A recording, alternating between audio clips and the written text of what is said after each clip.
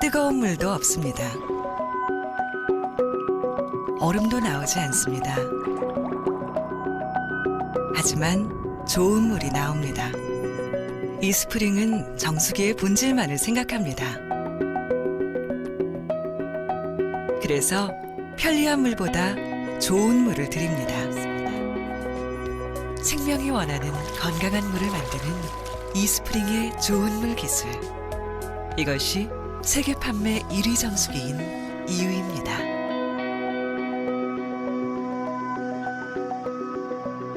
It's water. Eastspring.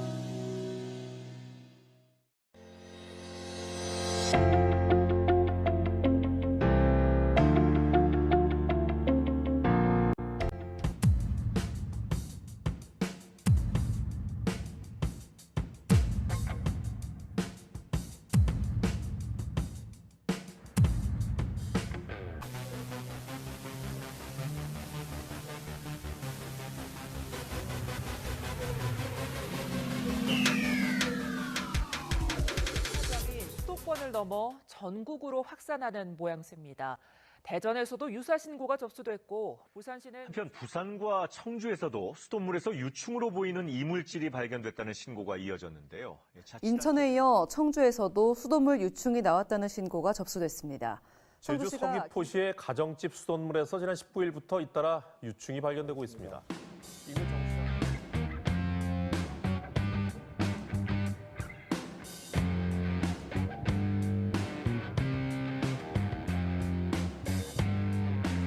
이것들이 어떻게 빠져나가는지는 원래 정식 시스템상으로는 빠져나가지 않는 게 전문이고 그런 부분에 대해서도 심각한 영상을 시작해서 많이 놀라셨으리라 생각됩니다. 요즘 수돗물이 유충이 나오는 등 심각합니다. 그래서 물과 정수기에 대해서 알아볼 건데요. 함께 나누실 리더님 소개시켜드리겠습니다. 네, 안녕하세요. 안양에서 사업하고 있는 정한민입니다. 네, 저는 박지훈이고요. 요즘 걱정이 많습니다. 그렇죠. 우리에게 물이 참 중요한데요. 물의 그 중요성에 대해서 좀 이야기를 좀 먼저 나누고 싶습니다. 네, 깨끗한 물만 마셔도 질병을 80% 이상 감소시킬 수 있다고 WHO에서 얘기했는데요. 이 말은 우리 수명이 길어진 건 약 때문이 아니라 위생적인 상수도 시설이 만들어지고 영양이 개선되면서 우리 수명이 길어졌다는 그런 얘기가 되겠죠. 그러면 우리 몸의 그 물에 대해서 이야기를 좀 먼저 나눠야 될 것 같은데요. 네, 우리 인체는 적게는 60조, 많게는 100조 개의 세포로 이루어져 있고요. 우리 이 인체를 이루고 있는 이 세포는 물이 그리고 영양소가 그리고 공기가 들어가야지 살 수 있죠. 그러면 이게 물을 마셨을 때 각각 우리 장기에는 얼마나 빨리 흡수가 될까요? 그렇죠. 이게 우리 인체에 있는 조직에 따라 조금 다른데요. 뇌는 한 1분, 혈액에는 30초, 간이나 심장, 그리고 심장 같은 경우는 20분, 피부 조직에는 10분 정도 있으면 우리 몸에 흡수가 된다고 합니다. 그럼 이게 물에 우리 혈액 속에 들어갔을 때는 어떤 기능들을 하는지 좀 알 수 있을까요? 조금 말씀드리면요, 산성화된 그 물이 혈액으로 들어가면 우리 몸에 있는 적혈구, 우리 혈액 속에 있는 적혈구들이 뭉치게 되고요. 그리고 이 혈액이 산성화되면 혈액 속의 pH를 또 유지시켜주기 위해서 뼈에 있는 칼슘이 또 빠져나가게 됩니다. 그러면 또 골다공증이나 이런 또 그런 문제가 생길 수도 있겠죠. 큰일이네요. 네. 그래서 우리 물 속에 이런 유해 물질들은 걸러내서 이렇게 먹을 수 있으면 좋겠는데 어떤 유해 물질들이 있을까요? 그렇죠. 유해 물질은 BPA라든지 풀탈레이트, 폴리염화비닐, 그리고 중금속, 살충제, MIT, CMIT 이런 것들이 있는데요. 이런 유해 물질들은 성조숙증을 일으키거나 그렇죠. 생식과 발달 장애, 그리고 뇌와 신경에 심각한 손상을 일으키기도 하고요. 호흡기와 폐 손상을 불러일으키기도 합니다. 이런 유해 물질들은 특별한 이런 원수에 많이 포함되어 있는데요. 정수 과정을 거쳐서 우리 가정에 공급되게 됩니다. 그러면 이 우리가 먹는 이 수원에 이런 오염물들이 계속 많이 나올 텐데 어떤 오염물들이 주로 있는지 좀 이렇게 나온 것들이 있나요? 이제 원수에 슈퍼박테리아가 많이 있다고 합니다. 이 슈퍼박테리아는 우리가 남용하고 있는 항생제에 의해서 만들어지는데요. 우리가 이제 약 먹고 나서 그 이제 항생제들 그냥 하수구에 버리고 그리고 우리가 이제 키우는 가축들의 사료에도 항생제가 기본적으로 들어가 있죠. 그럼 그 그래요? 항생제가 이제 가축의 분뇨를 통해서 이제 하천으로 또 이제 스며들게 되고 그러면 하천이 항생제로 많이 오염이 되겠죠. 그럼 그렇죠. 그 항생제에 내성을 가지는 슈퍼박테리아가 또 만들어지죠. 실제적으로 많이 발견되고 있고요. 그리고 또 그 녹조가 심하면 그 녹조에서 나오는 트리할로메탄이라는 게 있는데요. 네네. 트리할로메탄이 또 발암 물질이기도 하고요. 네네. 그리고 그 마이크로시스틴이라는 것도 있습니다. 마이크로시스틴도 역시 발암 물질이기도 하고요. 최근에는 이 마이크로시스틴이 굉장히 또 이슈가 되고 문제가 많다고 많이 이 얘기를 하고 있죠. 그 네. PFOA라는 물질이 있는데요. 네네. PFOA는 그 접착제가 PFOA이고요. 이 PFOA가 이제 음식 조리 과정이나 어떤 다른 그런 과정들을 통해서 네네. 나오게 됩니다. 그런 PFOA가 다시 원수로 흘러 들어가게 되고 원수를 오염시키게 되기도 하죠. 이렇게 자료를 보면 2006년서부터 이게 계속 이슈가 됐다는 것은 굉장히 오래전부터 그렇죠. 이슈가 됐던 거네요. 그렇죠. 이게 벌써 14년 전이니까요. 저 때부터도 PFOA가 이제 문제가 있을 수 있다는 그런 이슈들이 있었다는 거죠. 코팅에 들어가는 접착제, 네. 알겠습니다. 그러면 네, 그 외에도 우리 최근에 이슈되는 그 유충 관련된 영상이 있는데 한번 보시고 넘어가겠습니다. 얼마 전 우리를 충격과 공포에 빠뜨린 사건이 있었습니다. 수돗물 속에서 꿈틀꿈틀 살아 움직이는 이것의 정체. 그 정체는 바로 깔따구 유충이었습니다. 그런데 발견된 유충을 현미경을 통해서 자세히 확인했더니 다른 녀석들도 있었습니다. 경기도 파주와 화성 등에서 발견된 유충은 나방파리 유충이었습니다. 아니, 우리가 매일 마시고 씻는 수돗물 속에서 이 녀석들은 도대체 왜 발견된 것일까? 모기의 유충인 장구벌레와 함께 사급수에 오염된 물에서 사는 대표 생물로 꼽히고 있습니다. 그렇다면 이 유충 수돗물 계속 사용해도 되는 것일까? 깔따구는 모기처럼 직접적으로 피를 빨아먹진 않지만 알레르기성 천식이나 아토피, 비염 등을 유발한다고 알려져 있습니다. 하지만 깔따구 유충이 들어있는 물을 마셨을 때 인체에 어떤 영향을 끼치는지 이에 대한 연구가 전혀 없다고 합니다. 또 피부에 예민한 사람이 깔따구 유충과 접촉했을 때는 피부염에 걸릴 수 있다는 해외 연구 결과도 있으니 유충에 오염된 수돗물은 웬만하면 마시지 말고 세수나 샤워를 할 때도 최대한 조심해서 하는 것이 좋을 것 같습니다. 더불어 이 보시다시피 이 유충 자체가 문제가 되는 건 아니에요. 유충이 이제 들어오더라도 네네. 뭐 100마리, 200마리 이렇게 들어오는 게 아니기 때문에 실제 들어가서도 충분히 몸에서 무해하게 이제 바뀔 네네. 수 있는데요. 문제는 이 유충이 살고 있는 환경이죠. 이 유충은 사급수에서 살거든요. 그 말은 우리가 쓰는 이 물이 가정으로 오는 물이 사급수의 어떤 환경에 노출이 되었다는 그런 얘기입니다. 거기서 그리고 또 이제 이런 앞서 말씀드린 여러 원수들이 가정에 이제 공급되기 위해서는 여러 가지 정수 과정을 거치게 그렇죠. 됩니다. 어떤 과정이 있는지 조금 말씀해 주시면 어떨까 합니다. 네, 이 부분은 제가 좀 준비했는데요. 그 크게 우리가 그 물을 먹는 그 방식이 그 마을 단위로 있는 집단에서 먹는 방식과 큰 대도시가 마시는 방식 두 가지 방식으로 나뉩니다. 그래서 먼저 이제 마을 단위로 먹는 상수를 이제 마을 상수도라고 하는데요. 전국적으로 약 14,000개에서 15,000개 정도 됩니다. 굉장히 많아요. 네, 근데 이렇게 많았던 것은 사람들 지하수를 파거나 뭐 계곡수를 써서 이제 급수를 하게 되는 거죠. 특히나 이 시설들은 노후화되고 오래전에 만들었기 때문에 각종 그 오염물로부터 좀 취약합니다. 아시다시피 지하수 계곡물이 홍수가 나거나 장마가 질 때 넘쳐나서 흙탕물이 되고 그렇죠. 그거를 또 착수정에 취해서 가정으로 들어오는 이런 과정이 굉장히 단순한 과정을 사용하고 있기 때문에 각종 해충이라든가 그다음에 뱀, 지렁이, 오. 포유류의 사체, 사체. 이런 것까지 실제로 있고요. 네. 또 지하수를 풀 경우에는 철망간, 특히나 라돈이 발생이 되는 지역도 있습니다. 실제로 전국적. 많이 다니셔갖고 보셨겠어요. 그리고 이제 질산성 질소가 나오는 지역이 있는데 이게 안성 지역에 좀 많이 있어요.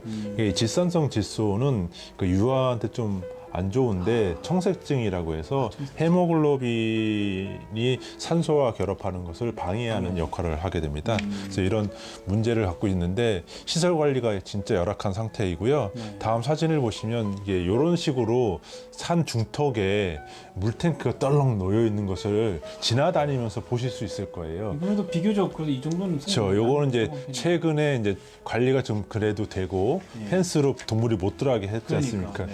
요건 최근 사진이고 과거의 사진은 이렇게 지하에 매설되거나 이렇게 평지에 있기 때문에 굉장히 어렵습니다. 요게 그냥 땅 속으로 들어갔다고 보시면 되겠죠. 그렇죠. 그러니까 펜스도 없이. 동물들이 빠지기 쉽고 네. 사체가 생기는 그런 원인이 되겠습니다.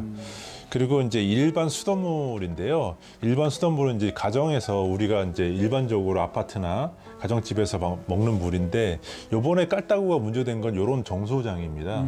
그동안 우리는 이제 믿고 정수장을 믿었는데 이제 강이나 댐에서 착수를 해서 그것을 약품을 투입한 다음에 지저분한 것들을 이제 혼합시켜서 응결을 시킵니다. 그래서 그것을 이제 침전시켜서 일단 배제를 시키고 그래도 남아있을 수 있는 응결 물질을 여과지, 활성탄이나 모래를 거쳐서 소독 과정 한 번 더 거친 다음에 그것을 이제 저장해 놨다가 필요한 과정으로 이제 배송하는 과정이 되겠죠.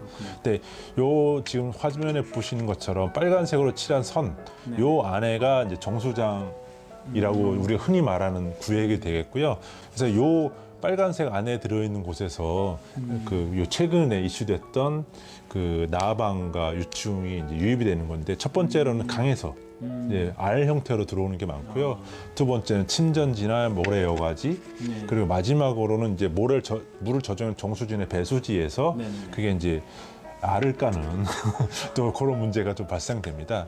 특히나 이제 이 알 형태로 유입이 되게 되면 이 안에서 자연적으로 자기네가 성장을 하기 때문에 벌레 형태로 되는데 소독 과정에서 일부 죽기는 합니다. 근데 이제 알로 유지돼서 소독 과정까지 간다 그러면 이건 소독으로 죽일 수가 없습니다. 없죠. 예. 이걸 좀 다시 정리를 하면 여러 가지 정수 과정을 거치는 과정 중에 과정 자체에서도 여러 가지 유해 물질들 그리고 유해 해충들이 오염시킬 수 있다는 그런 그렇죠. 얘기죠. 근데 그런 과정들을 철저하게 관리를 해주냐? 그렇지 않습니다. 조금 이따가 또 설명을 드리겠지만, 그리고 이제 아까 소독 과정도 말씀을 드렸는데 소독에서 부산물 발생되지 않습니다. 이게 이제 앞에서 설명해 주신 것처럼 트리얼로 메탄이라는 게 맺혀서 독성 물질이 나타나고 있거든요.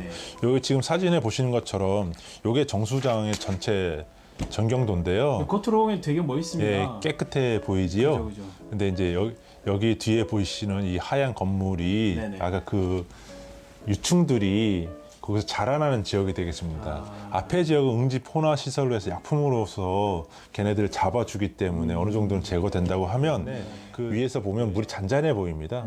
그러니까 팔이나 목에 가기 굉장히 좁죠. 그래서 원래는 창문을 다 밀폐를 시켜야 되는데 물리적으로 좀 불가능한 상태입니다.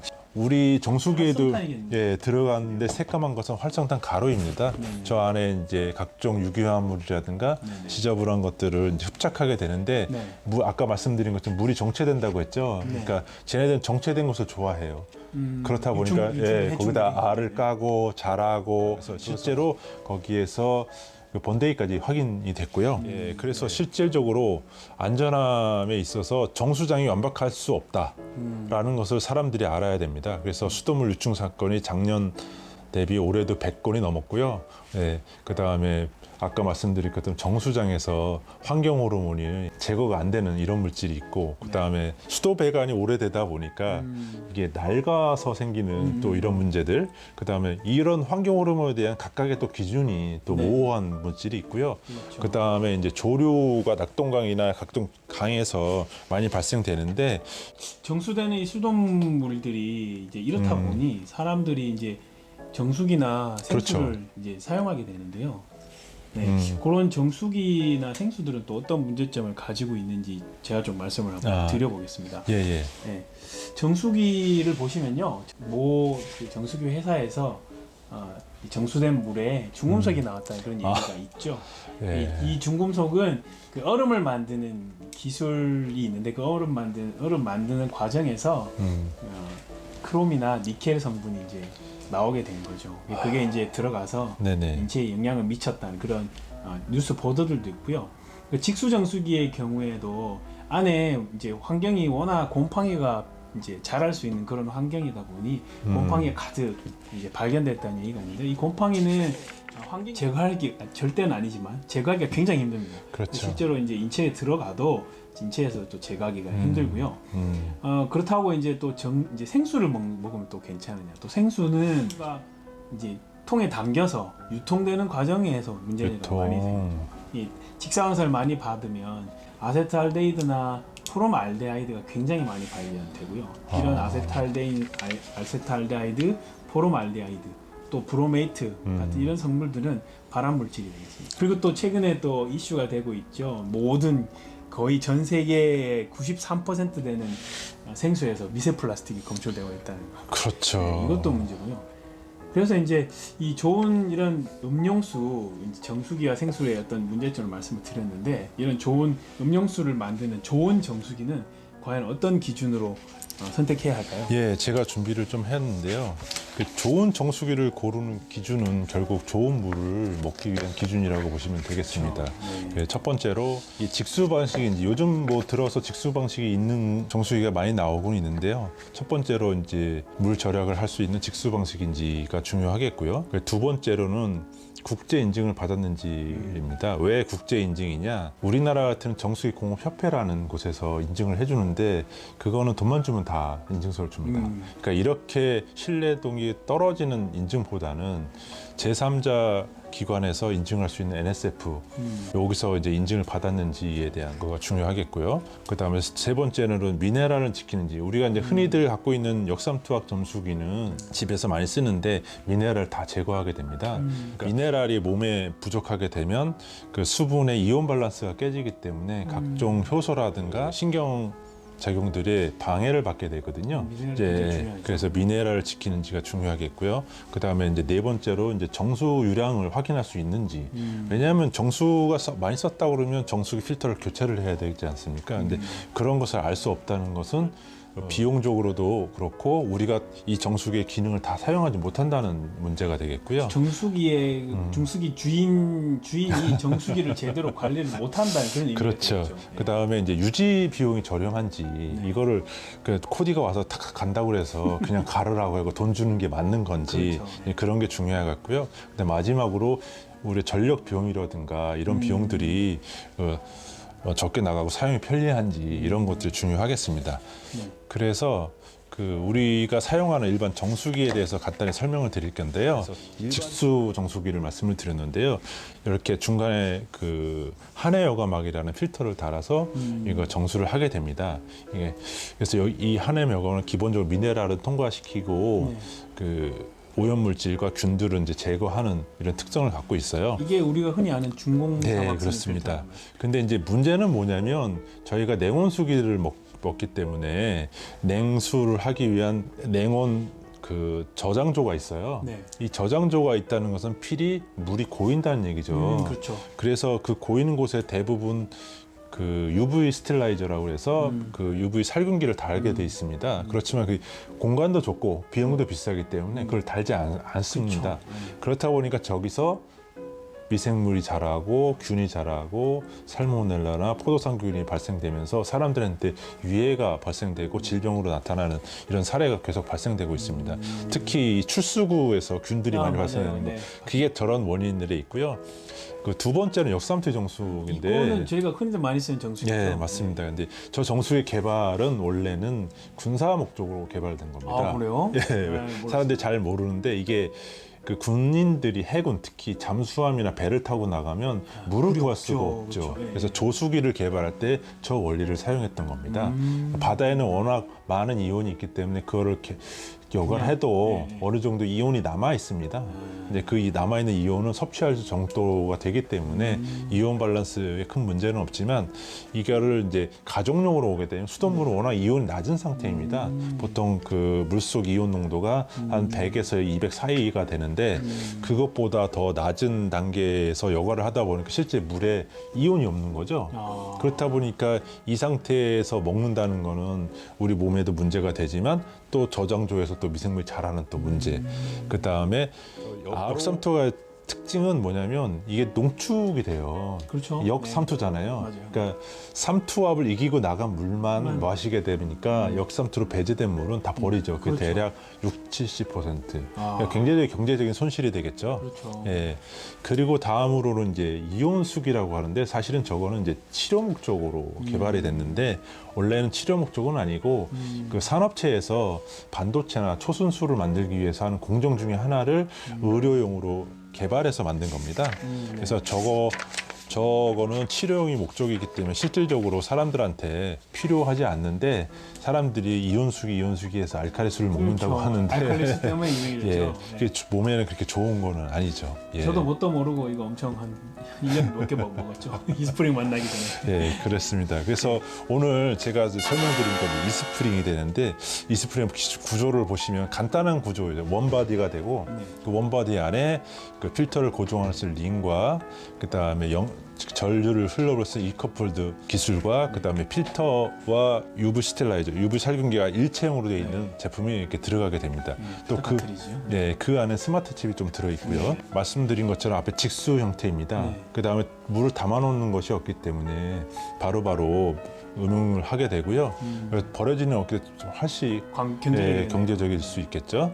그다음에 특히 이 활성탄은 이 안에 내재되어 있는데 일반 합성탄보다 고밀도의 압축되어 있는 활성탄인데 원료가 가장 중요하겠죠. 그렇죠. 일반 사람들은 저 원료가 보통 활성탄이라고 하면 지하에서 땅을 파서 석탄에서 생각을 그렇죠. 하시는데 그게 아니고 압축 활성탄은 그 야자수를 태워서 그거에서 걸러져서 그다음 불순물을 제거하고 난 것만 압착을 하게 됩니다. 영양소와 미네랄은 첨가시키고 140여 가지 무해 물질을 걸러주게 됩니다. 그래서 NSF 인증을 받았고요. 특히 이번 사진은 뭐냐면 썼을 때와 안 썼을 때의 사진들을 비교하는데 옆에 누런 사진 보시다시피 이렇게 쓰게 되면 표면에 많은 이물질들이 걸러지는 걸 알 수 있습니다. 이게 이제 그 수돗물을 썼을 때의 사진입니다. 그래서 보시면 그 미국에서 이렇게 특허를 보시면 한 16가지 정도의 특허를 갖고 있는 정수기라고 하겠죠. 그리고 사용 압력과 온도도 이렇게 표시되어 있습니다. 그리고 국제적인 인증을 이렇게 받았는데 그 NSF 인증 앞에서 얘기했지만 42, 53, 55, 401, 473, 477 이런 물질을 제거할 수 있다고 나와 있고 특히 남조류 마이크로시스틴 제거가 되고 PFO에 우리가 그렇게 얘기했던 그런 걸 제거한다는 게 나타냈고 그 다음에 이제 UV 램프를 사용하게 되는데 전기가 직접 공급 안 되는 거죠. 전선 없이. 그래서 UV 램프에 그 전류를 흘러줘서 바이러스나 박테리아를 비활성화하게 됩니다. 비활성화에 대해서 좀 이야기를 좀 해주실까요? 그렇죠. 흔히들 이제 오해를 하고 계신 게 멸균, 살균, 비활성화, 뭐 이런 활성화 이런 걸 이제 많이 얘기하시는데요. 이 비활성화라는 말이 이런 뜻입니다. UV를 쬐게 되면 세균들의 DNA가 변성이 되거든요. 세균들이 돌연변이가 됩니다. 그 돌연변이들은 생식 기능이 없겠죠. 그렇기도 하고 이제 병원성을 나타내지 않게 됩니다. 병원성이 없게 됩니다. 그런 의미로 비활성화라고 합니다. 그래서 이거를 채용하게 됐군요. 네, 그래서 이제 254 나노미터라는 것도 굉장히 중요한데 254 나노미터의 자외선이 가장 살균 효과가 높고 그리고 바이러스하고 이제 박테리아를 비활성화시키는 이커플드 이 테크놀로지를 통해서 이스프링에 적용된 이게 특허 기술이고요. 요 기술들이 인스턴트 온이라고 해서 바로 즉각적으로 하는데 요거는 평상시에는 전원이 연결되지 않고 물을 사용할 때만 연결될 수 있도록 이렇게 고안이 됐고요.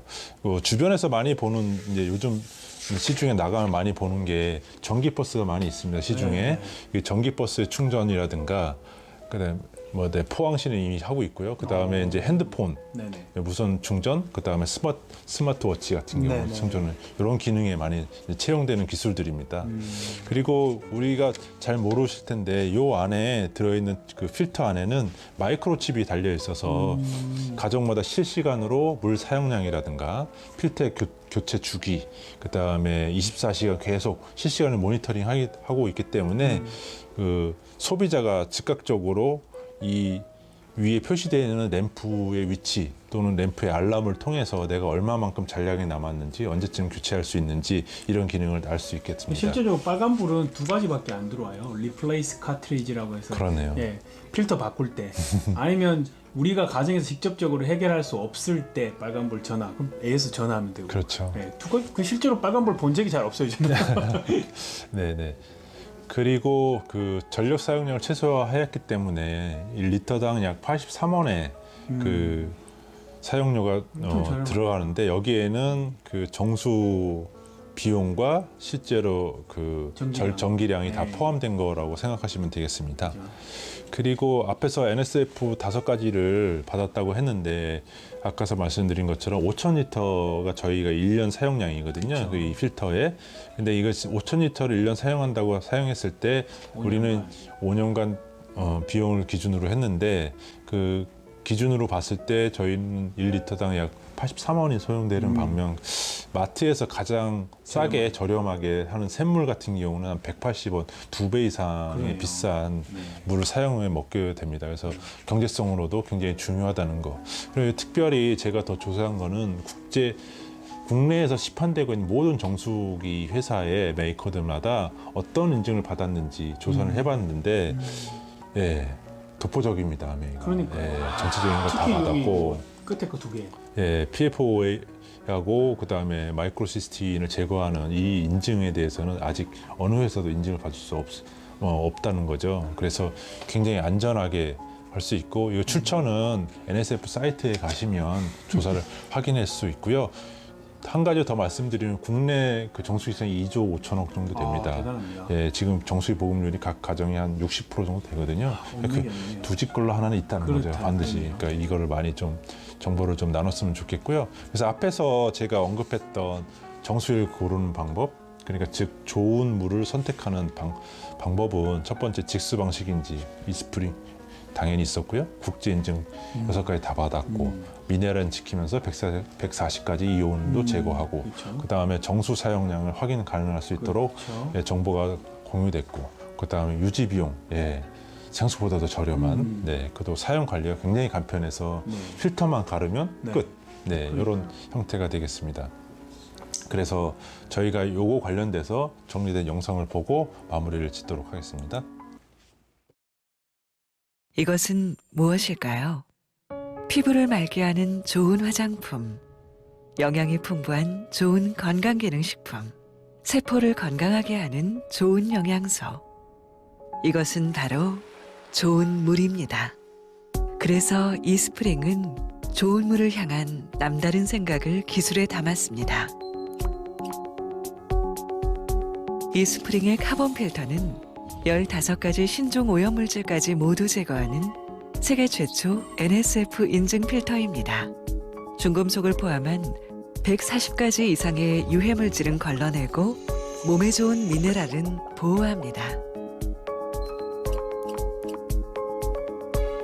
무선으로 전력을 공급하는 이커플드 테크놀로지는 전 세계 IT 기업들도 사용하는 아메이의 세계적인 특허 기술입니다. 이 기술로 완성된 무선 UV 램프가 흐르는 물을 99.99%까지 살균합니다. 또한 빠르게 정수되고 버려지는 물이 없어 마시는 물부터 요리하는 물까지 풍부하게 사용할 수 있습니다. 가정마다 정수기 사용 패턴이 달라서 정해진 날에만 하는 획일적인 관리로는 안심할 수 없습니다. 그래서 이스프링의 스마트 칩은 실시간으로 최적의 필터 교체 시기를 체크합니다. 하루, 한 달 뒤의 변화는 작을지 모르지만 1년 뒤, 10년 뒤 좋은 물은 확실하게 우리 몸을 변화시킬 것입니다. 좋은 물로 건강한 변화를 만듭니다. It's water. eSpring. 네. 여러분들에게 물의 본질에 충실한 이스프링은 당연합니다. 당신의 물을 보면 당신이 보입니다. 네, 이상 마치겠습니다. 네. 심각한 영상으로 시작해서 많이들 놀랐으리라. 다시 할게요. 다시. 하나, 둘, 셋. 네, 심각한.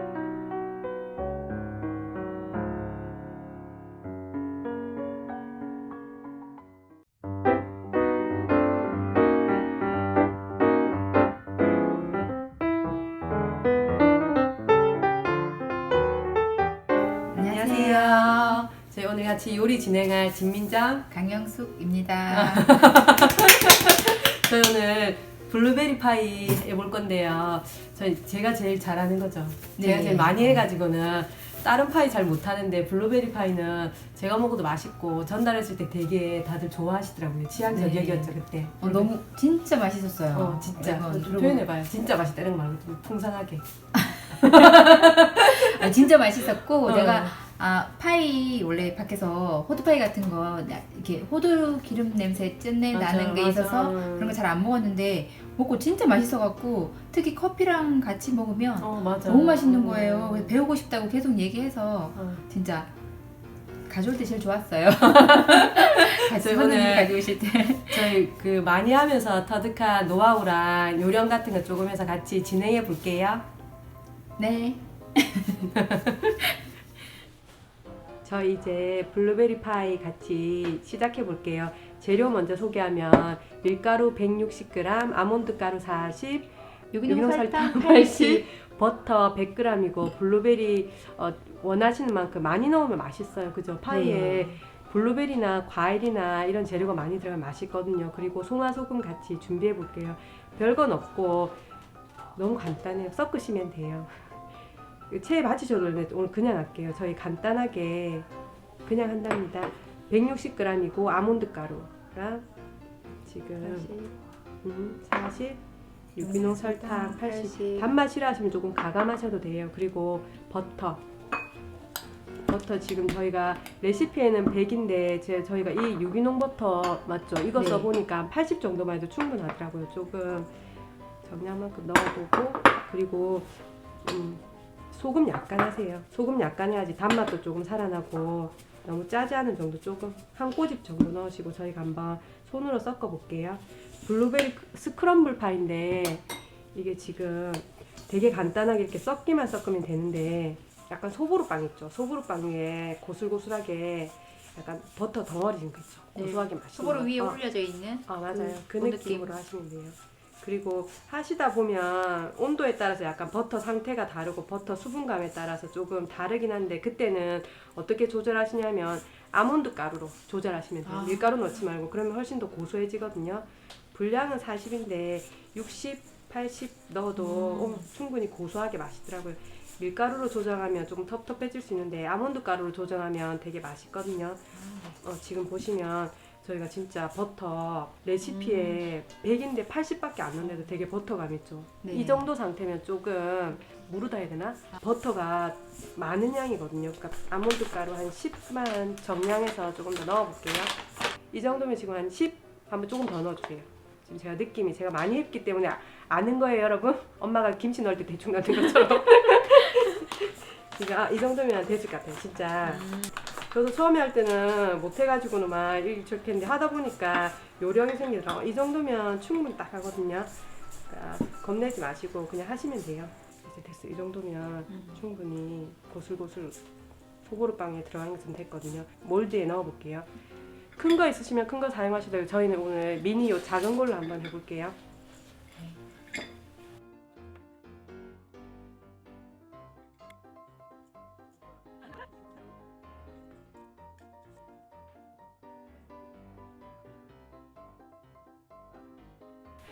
이렇게 틀 안에 이렇게 넣으시면 보이시나요? 이렇게 넣으시면 여기 안에 블루베리 넣으시면 되거든요. 제가 한번 넣어볼게요. 냉동 블루베리 사용하실 때 겉봉투에 수확 후에 바로 딴 거라고 씻어서 쓰라고 나와 있거든요. 대부분 안 씻으시고 그냥 쓰시더라고. 그러니까 체에 한번 받치셔가지고는 물기 한번 깨끗하게 닦아내는 게 좋겠죠. 저희 이스프링으로 좀 닦았거든요. 이렇게 넣으시고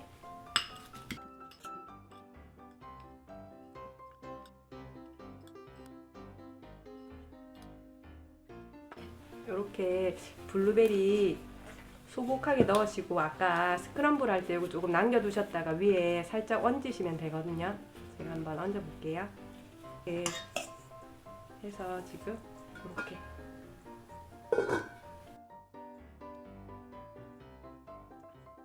이렇게 진짜 블루베리만 많이 넣고 위에 이렇게 하시면 너무 진짜 맛있거든요. 이거 아침에 커피랑 먹으면 진짜 맛있죠. 네.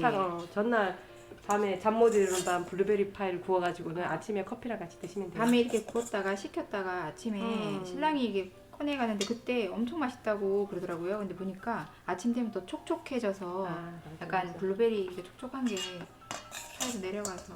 저희 지금 이게 후라이팬인데 이런 파이나 떡이나 케이크 된 게 진짜 신기하죠. 네. 근데 진짜 오븐이랑 했을 때 다른 게 뭐냐면 저는 제일 하면서 느낀 게 수분감이 지켜진다는 거라 맞아요. 그 진짜. 향이 죽지 않는다는 거예요. 맞아요. 계피를 넣거나 뭐 초코 이런 거 보면 초코 향이 그대로 있고 계피가 들어가는 걸 구웠을 때 계피 향이 그대로 있는 게 진짜 신기해. 영양소를 파괴하지 않는다는 말이죠. 오븐에 굽는 것보다 진짜 이렇게 사 먹는 파이보다 엄청 촉촉하고 맛있었어요. 이렇게 하셔가지고는 지금 7개 딱 들어가거든요. 여러분 럭키 세븐입니다. 팬 요리에서 팬 요리 200도 세팅하시고 30분 가시면 돼요. 30분 가시면 한 20분만 지나도 되게 고소한 향이 나거든요. 뚜껑 닫고 저희 한번 기다려 볼게요. 네. 저희 지금 30분 지났는데 저희가 5분 정도 더 추가했거든요.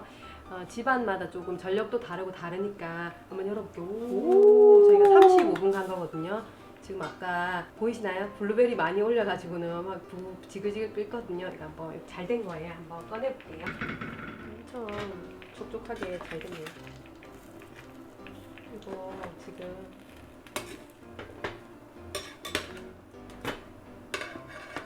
엄청 뜨거워요. 좀 식히고 나서 틀에서 분리해내면 되거든요. 이렇게 막 탔잖아요. 물에 불려놓으면 금방 다 일어나니까 설거지하기 되게 간편해요. 조금 기다려 볼게요. 네. 이렇게 식힌망에 한 20분, 30분 식거든요. 그러면 손으로 잘 안 될 때는 이렇게 톡톡톡 하시면 되고 잘 된 건 이렇게 다 분리되거든요. 이렇게 해서 다시 놔볼게요. 가끔 안 된다 하시는 분들은 이렇게 톡톡톡 치시면 돼요. 안 될 때는 옆으로 톡톡톡 치면 5개 나올까요? 네. 골라서 먹을 수 있습니까? 이렇게 완성됐죠. 제가 한번 이렇게 깔아볼게요. 그래서 저희 새로 나온 뭐죠? 그 프로틴 맛있는 프로틴이랑 같이 먹으면 진짜 맛있어요. 거기 약간 달달하기 때문에 얘랑 어울리더라고 맛이. 아침에 그거랑 요거랑 한 잔 드시면 되게 맛있을 것 같아요. 한마디 더 하세요. 아이들한테 집에서 해주는 집밥이어도 재료가 중요하잖아요. 맞아. 네, 밖에서 그 GMO 콩으로 만든 된장을 열심히 끓여주는 그런 모르면 그런데 엄마들이 그냥 좋은 먹거리 선택해서 맛있는 거 이렇게 아이들에게 해주면 좋을 것 같아요.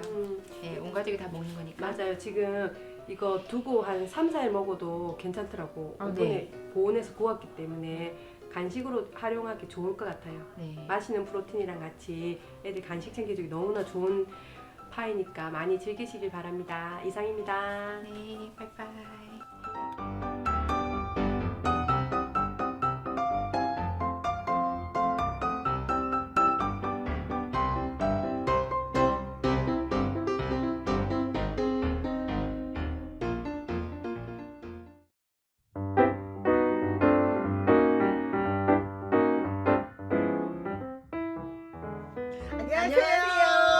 안녕하세요. 네. 자기소개 해주세요. 네, 저는 대전에서 사업하고 있는 김상희입니다. 네, 저는 대전에서 사업하고 있는 김재경입니다. 여러분 반갑습니다. 반가워요. 네, 요즘 제철 과일이 뭐가 있죠? 애플. 네. 역시 선생님이시라. 네, 오늘은 사과를 가지고 네. 요리를 해볼 건데요. 네. 오늘은 상희 리더님께서 요리를 네. 해주실 거예요. 네. 리더님 사과를 가지고 어떤 요리 해주실 건가요? 네, 저는 프랑스 집밥 요리라고 하는 오. 프랑스 네. 돼지고기 사과 글레이즈라는 요리를 할 거예요. 이렇게 뭔가 되게 이렇게 서양적인 냄새가 물씬 나는 네네네. 되게 고급스러운 요리가 될 것 같은데요. 네. 네, 지금부터 돼지고기 사과 글레이즈 요리 시작해 보겠습니다. 자, 그러면 재료 소개부터 할게요. 네. 네, 얘는 돼지고기, 제가 준비한 부위는 쫄대기라고 아세요? 혹시? 사투리인가?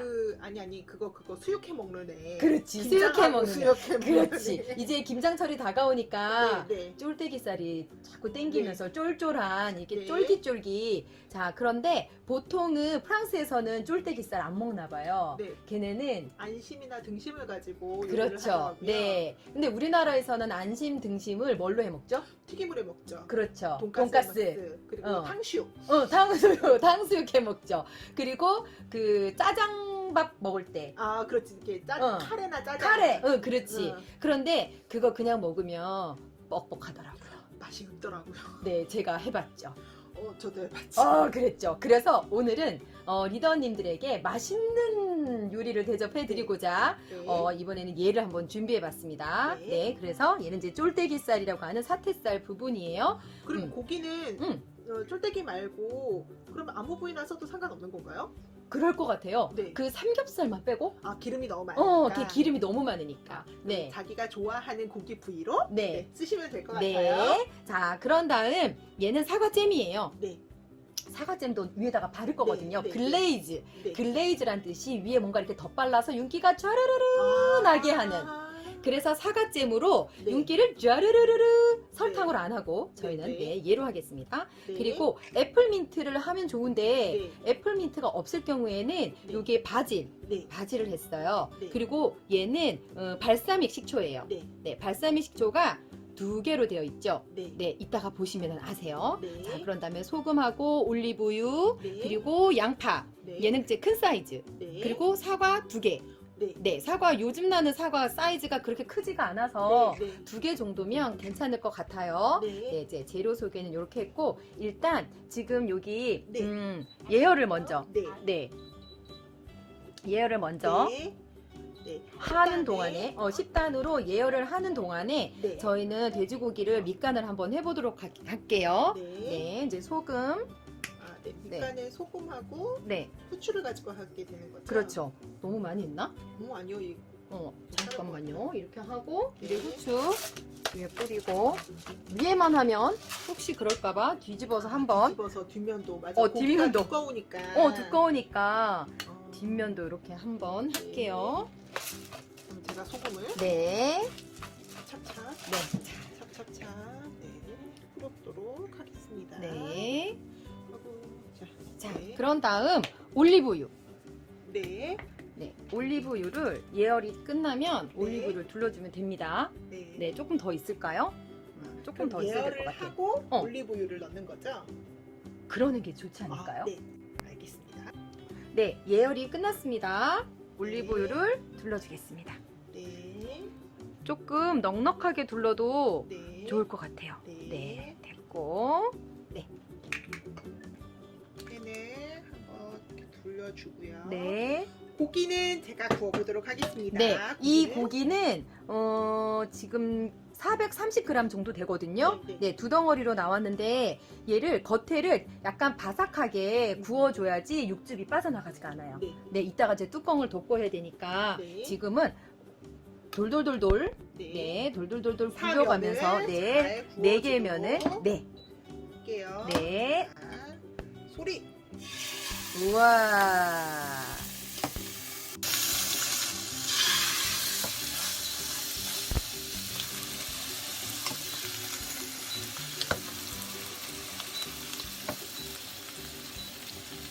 네, 이렇게 이제 뚜껑 연 상태에서 노릇노릇하게 네. 네,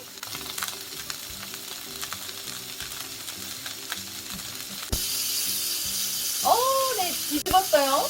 이렇게 바삭하게 여기서 조금 네. 더 바삭해도 될 것 같아요. 네네. 이 정도로 이렇게 노릇노릇하게 구워주시면 될 것 네. 같습니다. 네. 네, 고기가 익는 동안 네. 사과를 썰어 보도록 하겠습니다. 네. 네. 사과가 들어가서 고기랑 어떤 궁합을 이뤄서 요리가 될지 진짜 궁금해요. 그쵸? 네. 이게 상상이 가면서도 상상이 잘 안 되는 그런 음식인 것 같아요. 네. 그러니까 우리나라는 고기랑 사과랑 같이 뭔가 요리를 안 하는데. 후식으로 먹거나 아니면 고기 될 때 갈아서 쓰죠. 그렇죠. 근데 프랑스 사람들은 네. 얘를 그냥 이렇게 넣네요. 진짜 네. 신기한 것 같아요. 네. 저는 사과를 써는 동안에 네. 고기를, 앞뒤로 고기를 노릇노릇하게. 면을 지금 노릇노릇 네. 잘하고 있어요. 네.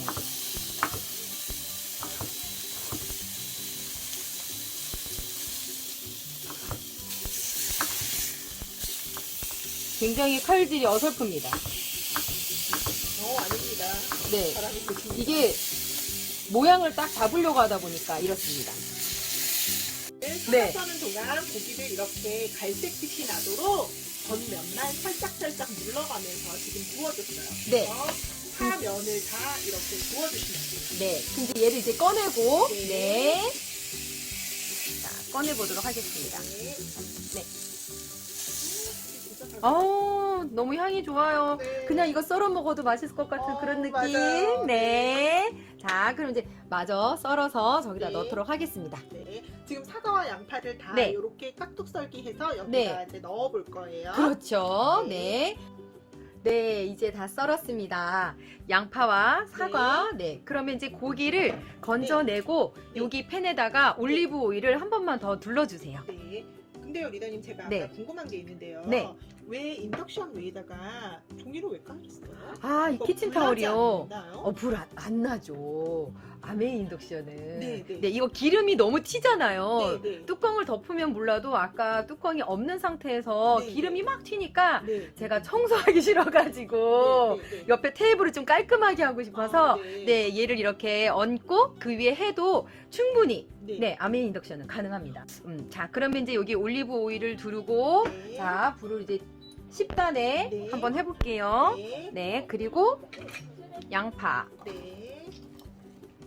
양파를 넣고요. 네, 넣고요. 어우, 우리 진짜 많이 넣었다. 얘를 일단 볶아줍니다. 네. 센 불에서 네. 이게 후라닥 볶아주시면 됩니다. 한번 서로 섞일 정도로만 볶으면 되는 거죠? 또 이틀 동안 볶는 게 아니라. 익힐 때까지는 아니어도 네. 어느 정도는 이렇게 좀 해주시는 게 좋아요. 우리 올리브유 한 번만 더 둘러줘야 될 것 같아요. 네. 얘를 수분 덜 빠져나가게 코팅하듯이 좀 살짝 해주는 게 좋을 것 같아요. 네. 그러면 양파가 약간 볶아지면서 맛있는 향이 나잖아요. 네, 그 향이 난 상태에서 네. 고기를 얹으면 네. 고기에 그 향이 더 잘 배 것 같아요. 네. 그럼 이렇게 볶은 다음에 네, 고기를 볶은 다음에 얹어서 네, 얹을 거예요. 네. 이렇게 살짝만 볶아준 다음에 네. 아까 왜 두 개를 놨는지 자, 예, 발사믹 식초 한 스푼 네, 이렇게 넣어서 네, 한 번 더 섞어줍니다. 골고루 발사믹 식초가 배일 수 있도록 골고루 섞은 다음 요 위에 이제 아까 구워놓은 고기를 얹습니다. 네. 자, 얹고 네. 요 위에다가 네. 사과 얘는 3스푼 사과 잼 그렇죠. 사과잼 3스푼 얘는 발사믹 식초 네. 1스푼 네. 이렇게 넣어서 네. 섞어주시면 돼요. 네. 자, 이렇게 섞은 다음에 네. 얘를 글레이즈하게 위에다가 위에. 네, 고기 위에다가 얹어주시면 돼요.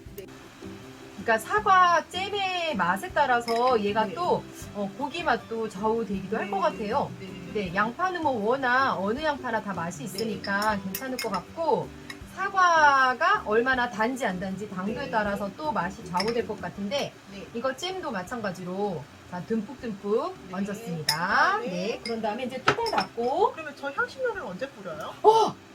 얘 뿌려야죠. 네. 지금 네. 뿌리면 되는 거죠? 네, 지금 뿌리면 되죠. 네. 네네네. 아까 뿌렸어야 되나? 뭐, 그래도 뭐. 네. 네, 괜찮습니다. 네. 여기 이렇게 이제 골고루 뿌리고. 뚜껑을 덮고. 네, 뚜껑을 덮고. 팬요리. 팬요리. 네. 네. 자, 이거 이제 뺄까요, 우리? 네. 네. 팬요리. 180에 하라고 되어 있어요. 네. 일반적으로. 그런데 저희 집이 좀 센가 봐요. 지난번에 네. 사실 조금 탔다요. 네. 네. 그래서 저 그냥 팬요리 160도로 네. 하겠습니다. 그러니까 보통 리더님 보통 이제 전력으로는 180도에 20분 정도 하시면 되는 그렇죠. 거죠? 180도에 20분 하면 되는데 네. 저희 집이 세니까 온도를 낮추고 네. 대신에 시간을 네. 조금 20분이 아니라 한 25분. 네, 이제 뚜껑 네. 닫고 그렇게 이제 시작하도록 하겠습니다. 네. 지금 이렇게 막 덜렁덜렁 거리면서 네. 막 물이 튀고 있는데요. 얘가 네. 수분 현상이라고 하죠. 네, 4분 지났는데 네, 네. 벌써 엄청납니다, 네, 지금. 수분 현상이 날 때는요. 이렇게 키친타올 하나 접으셔서 이 사이에 살짝 이렇게 껴 놓으시면 네. 더 이상 덜렁거리지 않고요. 네. 수분 현상이 났다는 거는요. 내용물에 한 70% 이상이 익었다라고 생각하시면 될 것 같아요. 그렇죠. 네. 어우, 뚜껑 여니까 향이 엄청 좋다. 네, 네. 진짜 좋은 것 같아요. 네. 뚜껑을 한번 열어보도록 네. 할게요. 우와! 네, 지금 보면요. 양파랑 사과의 질감이 그대로 살아있으면서 네. 좋아졌고요. 네. 고기도 정말 잘 익었어요. 네. 저희가 고기를 잘라서 완성 접시에 담아보도록 하겠습니다. 네. 네, 접시에 고기를 먼저 담아두고요. 완성 접시에 밑에 있는 조림부터 얹어서 우리가 완성 접시에 한번 담아보도록 할게요. 네, 고기는 좀 뜨거우니까 네. 조금 있다가 네. 썰어 볼게요. 네. 네. 그러면 여기다가 네. 제가 담을까요? 네, 예쁘게. 오, 역시 네, 퀵이 정말 좋은 게요. 네. 뭉그러지지 않았는데 정말 잘 졸여졌어요. 네, 잘 졸여졌어요. 네, 이게 정말 말이 안 되는 말이긴 한데 네. 뭉그러지지 않고 네. 잘 졸여져 있고요. 네. 그 모양 그대로. 보통 양파 같은 경우 오래 졸이면 형태가 없어지잖아요. 그렇죠. 네, 근데 지금 팬 요리에 했는데도 양파의 질감, 사과의 질감이 그대로 살아 있어요. 네. 그러면 이제 여기에다가 이렇게 네. 놓고 한번 썰어보도록 하겠습니다.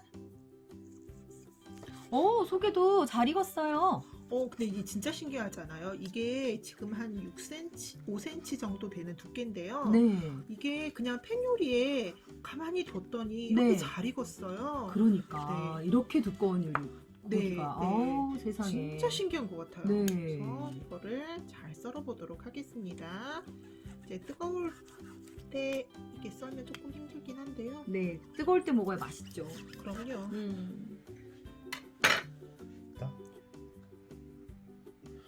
고기가 진짜 촉촉해 보여요. 네. 이게 퀸만이 가지고 있는 매력인 것 같아요. 네. 네, 이렇게 저희가 완성 접시에 잘 썰어서 담아봤습니다. 이게 향도 너무 좋고요. 네. 일단 시각적으로도 너무 맛있어 보이지만 네. 향도 너무 좋거든요. 네, 네. 리더님 이거 맛봐도 되나요? 우리 빨리 먹읍시다. 네. 네. 한번 침이 꿀떡. 한번 맛보도록 하겠습니다. 네, 이거 네, 수저로. 고기만 먹지 마시고요. 네, 네. 반드시 이렇게 네. 푹 퍼서 네. 같이 먹어야 돼요. 얘네들. 아. 양파랑 사과랑 네. 고기랑 같이 드셔야 돼요. 그러면 네. 이거 우리 발효빵 배운 거에다가 음. 얹어 먹어도 될 것 같아요. 네. 자, 요렇게. 자, 빨리 한 숟가락 자, 가득. 저도 네. 수저에다가 네. 내용물을 담고 같이 먹어야 맛있어요. 네. 왜냐면 우리 고기 속에까지 양념이 안 뱄잖아요. 통째로 했던 요리였기 때문에 네, 네. 고기 안에는 양념이 안 배서 이렇게 네. 먹어야 맛있어요. 네, 자, 이렇게. 너무 큰가? 자, 먹어보도록 하겠습니다. 네. 네.